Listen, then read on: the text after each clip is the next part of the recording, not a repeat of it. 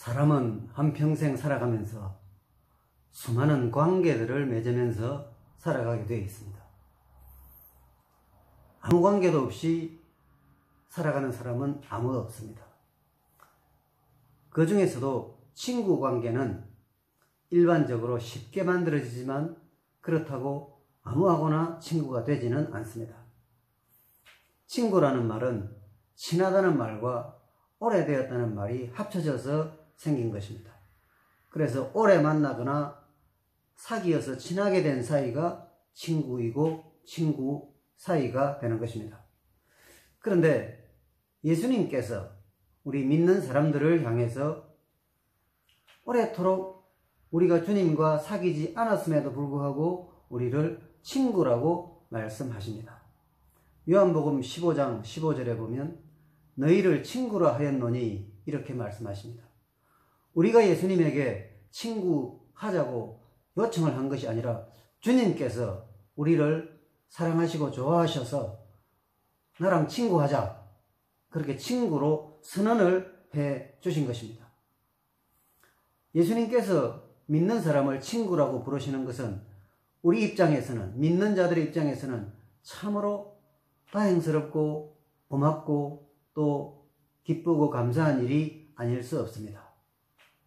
자, 이렇게 주님과 우리 사이에 친구라는 것은 매우 특이하고 이례적인 것입니다.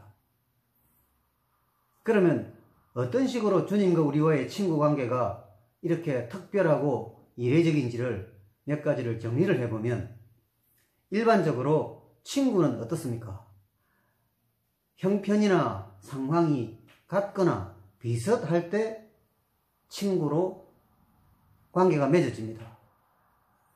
나이라든지 돈이라든지 학력이라든지 이런저런 조건들이 맞는 경우에 친구가 되는 경우가 대단히 많습니다.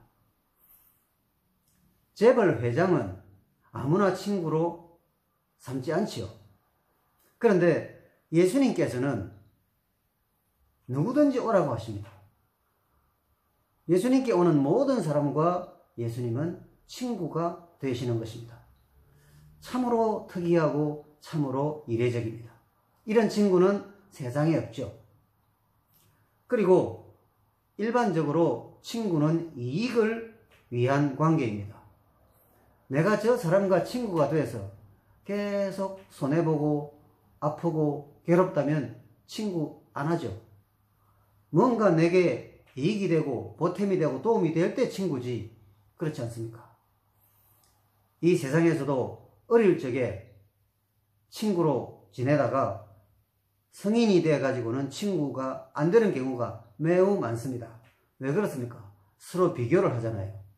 사회적인 지위나 경제적인 성공이나 또 그 사람의 현재 처지에 따라서 친구가 가능하기도 하고 일부러 친구 관계를 깨기도 하는 일들이 많이 있죠. 예수님은 그런데 우리의 무엇을 노리고 친구가 되셨겠습니까? 예수님이 우리들로부터 무엇을 원하셨겠습니까? 오직 주님께서는 우리를 사랑하셔서, 좋아하셔서 우리와 친구 관계가 되어 주신 것입니다. 그러니까 무슨 이익을 위해서 주님께서는 친구가 되지 않으셨다는 것입니다. 오히려 손해를 보시기 위해서, 우리를 도우시기 위해서, 우리 편에 서시기 위해서 친구가 되셨습니다. 이런 친구 어디 있습니까? 세상에 없는 친구가 바로 우리 예수님입니다. 그리고 또 친구는 좋을 때 친구이지, 물론 예외는 있겠습니다만 괴롭고 힘들고 또 어려울 때 친구는 사실상 거의 없습니다. 아무리 친해도 내게 큰 어려움이 왔을 때, 큰 실패가 왔을 때, 큰 환난이 왔을 때 그런 친구 관계를 유지한다는 것은 매우 드뭅니다. 사실상 없다고 말해도 틀린 것이 아닙니다. 그런데 우리들을 친구하자고 하신 예수님께서는 이렇게 말씀하십니다. 환난 날에 나를 부르라. 평소에는 물론이고 환난 날에 나를 부르라고 하십니다. 망했을 때, 아무것도 할 수 없을 때, 절망에 빠졌을 때 나를 불러라. 왜냐? 내가 네 친구니까. 이렇게 말씀하시는 주님이십니다. 이런 친구가 어디 있습니까?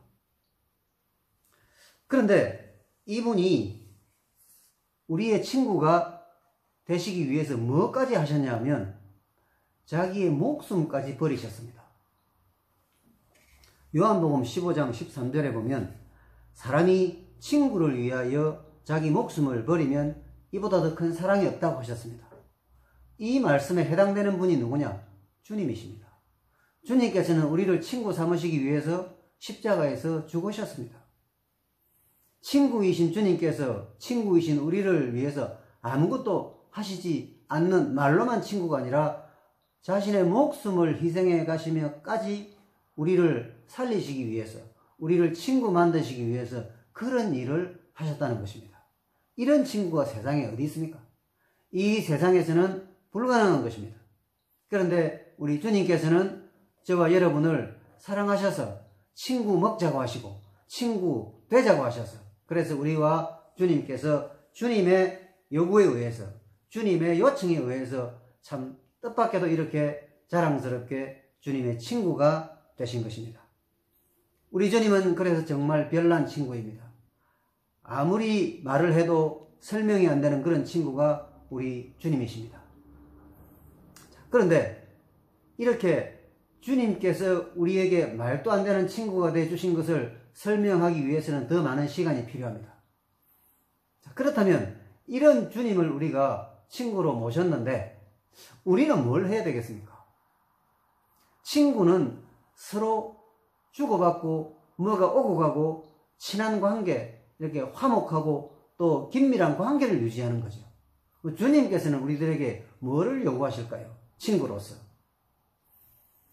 주님께서 우리들에게 기대하시는 것은, 그것을 한 두 가지만 생각해 보면, 그 첫째가 고마움입니다. 고마움은 감사죠. 그 주님께서 내게 친구로 오셨다는 그 사실을 귀하게 생각하고 고맙게 생각하고 감사히 여기냐 하는 것입니다. 그 고마움을 우리가 가진다면 우리 주님께서는 충분히 기뻐하시고 또 우리를 자랑스러워 하실 것입니다. 왜 이 말씀을 드리냐면 참 많은 우리 그리스도인들이 주님이 친구 되신 것을 그다지 그렇게 감격스럽게나 귀하게나 또 크게 생각하지 않고 있지 않습니까?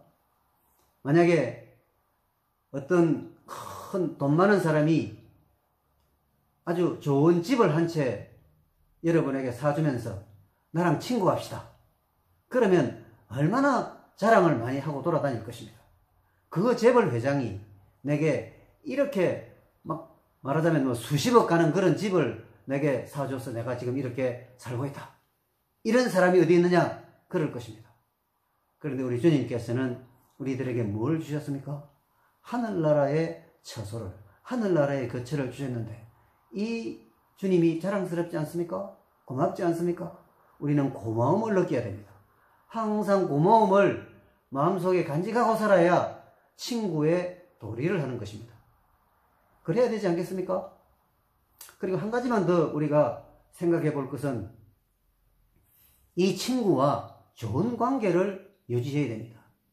우리가 세상으로 나가거나 타락을 하거나 또 신앙을 버리면 친구 관계가 깨지는 것입니다. 그래서 시편 2편 12절 말씀에 보면 그의 아들에게 입맞추라라는 말씀이 있습니다. 이것은 아들에게 인사를 하는 것인데, 절을 하는 것인데, 즉 이 말씀은 아들과 좋은 관계, 또 화목한 관계, 바른 관계를 유지하고 또 살아가라는 것입니다. 이것이 우리 신자가 주님의 친구로서 가져야 될 정말 기본이죠. 친구와 화목하게 지내는 것은 기본 아닙니까? 그래서 항상 우리는 주님 그 발 앞에 엎드리고 또 주님의 말씀을 듣고 주님께서 무엇을 말씀하시는지 우리는 그대로 따름으로써 주님과 우리와의 친구 관계가 잘 이루어져서, 자, 그러면 결국 어떤 결과가 옵니까? 우리에게 복이죠. 우리에게 기쁨이죠. 우리에게 행복입니다. 만유를 지으신 하나님께서 우리의 친구가 되시니 얼마나 우리가 어깨가 올라가고 힘이 나고 또 자랑스럽습니까? 이 친구이신 세상에 없는 이 친구를 우리가 친구로 모셨으니 주님을 자랑스러워하시고 주님 말씀에 잘 순종하셔서 그래서 날마다 친구와 더 친해져가는 그런 우리 모두가 되시기를 바랍니다.